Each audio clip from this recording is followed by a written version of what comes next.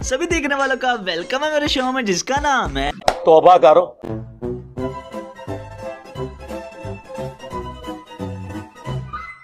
चलो भाई देखो अब मैं क्या कर। इसमें एक शख्स था और वो बड़े पाए का बुजुर्ग था, अल्लाह का वली था।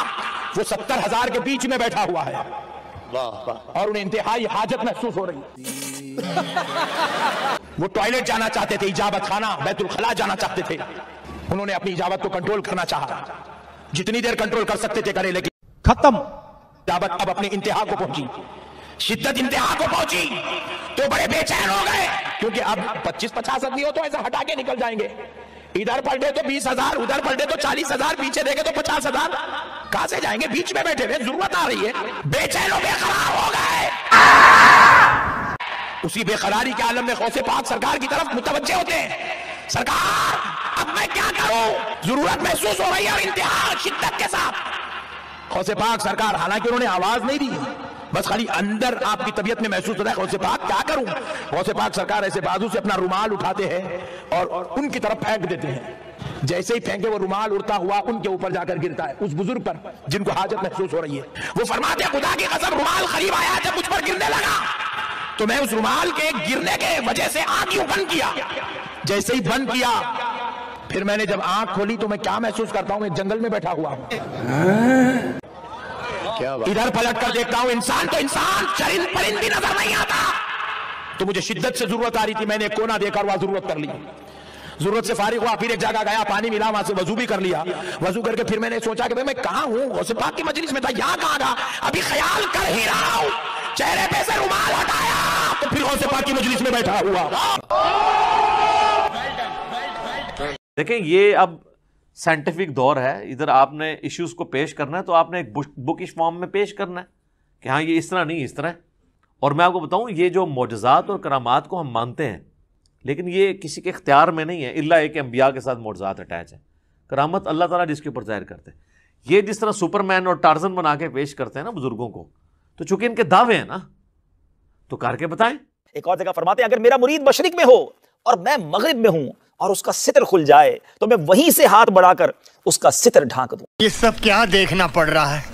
अच्छा है मैं अंधा हूं। मजीद मेरे गौसे पाक रहमतुल्लाह तआला अलैह फरमाते हैं अगर मेरा मुरीद मशरिक में हो और मैं मगरिब में हूं और इसका पर्दा खुले मैं ढांक दूंगा। और अगर मेरे मुरीद का सितर मशरिक में खुल जाए और मैं मगरिब में हूं तो मैं उसको छुपाने वाला हूं। बुजुर्ग भी अगर ये सुने ना पहली दफा, उनकी भी हंसी छूट जाए, तो यार क्या कह रहे हो।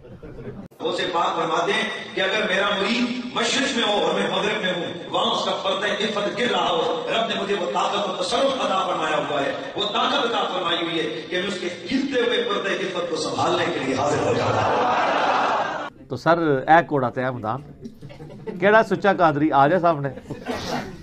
सुच्चा कादरी, सारे सुच्चे कादरी जड़े ना अंडरवेयर पा लो, तोतियां पा लो, उस तो बाद मीडिया के सामने आके अपने बुजुर्गों की बुजुर्गी दे फन का मुजाहरा करो।